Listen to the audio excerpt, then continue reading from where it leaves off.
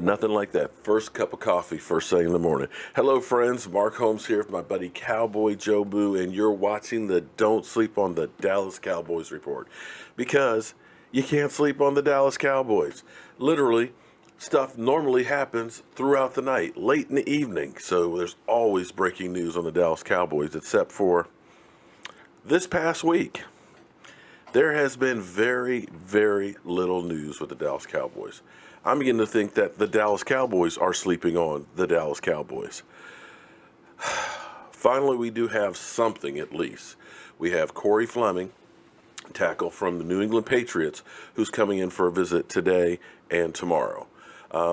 New England definitely wants to have him back, so we'll see if this guy can end up being there. He had 6 starts last year, played in 12 games, and if he's good enough to block for Tom Brady, hey, he's good enough to block for Dak Prescott.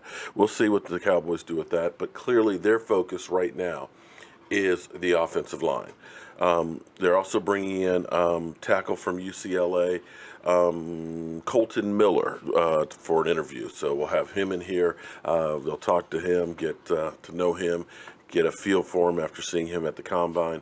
But clearly the Dallas Cowboys' number one priority is fixing the offensive line. Now, the interesting thing is with Cameron Fleming,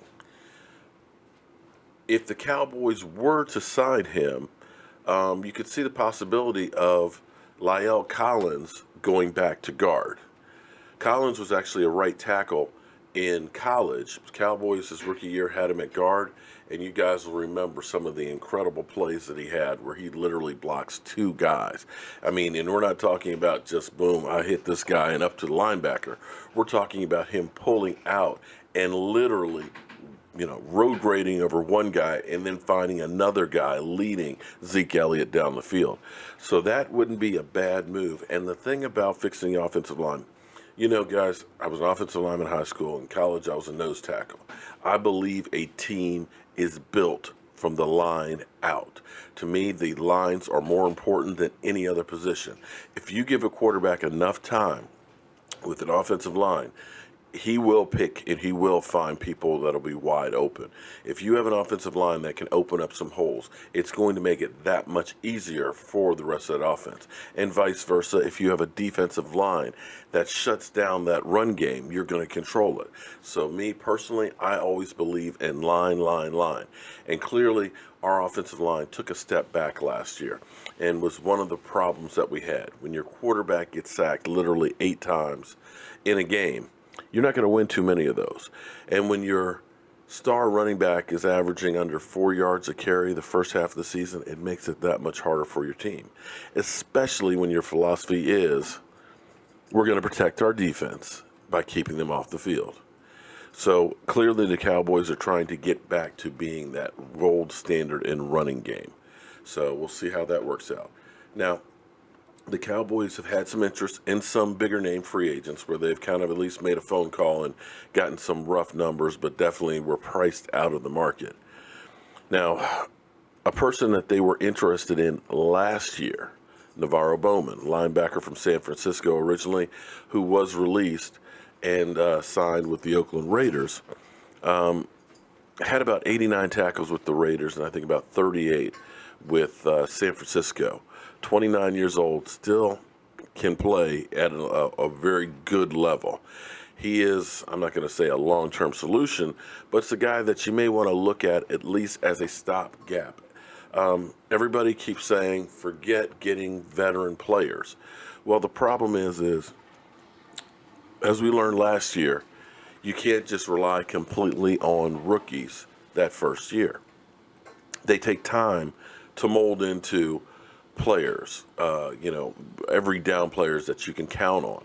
So when we look at our secondary with Lewis Awuzie, with Xavier Woods, these guys started playing really well at the end of the season once they finally got on the field after hamstring issues. But to start the season, they were completely lost or injured. You need a veteran presence out there to mentor the younger guys and to get them really rocking and rolling. So other than that, guys, we re-signed our long snapper, LP. Shout out to him. I'm going to butcher his last name, Lossiver. Anyway, great guy.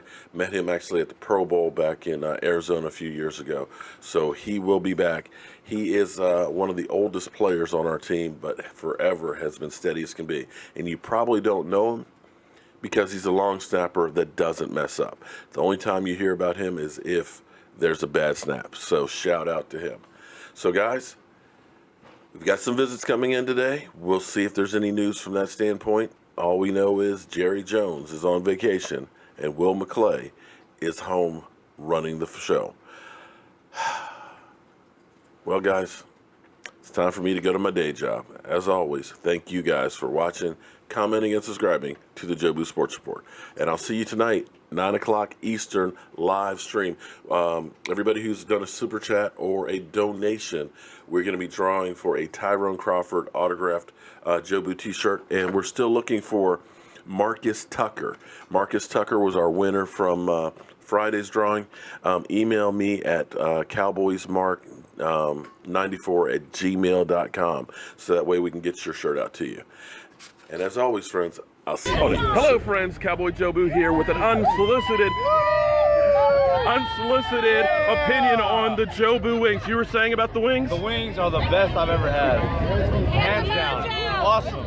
Okay, well, we've been passing out our recipe. If you actually look on our YouTube channel, we have all the recipes for all this stuff on here. With the women, with the ladies. You know that. Okay, slide in a little bit here. Okay, all right, so on 3, James, get in there, man.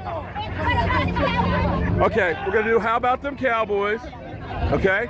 All right, everybody, on 3, How About Them Cowboys? 1, 2, 3.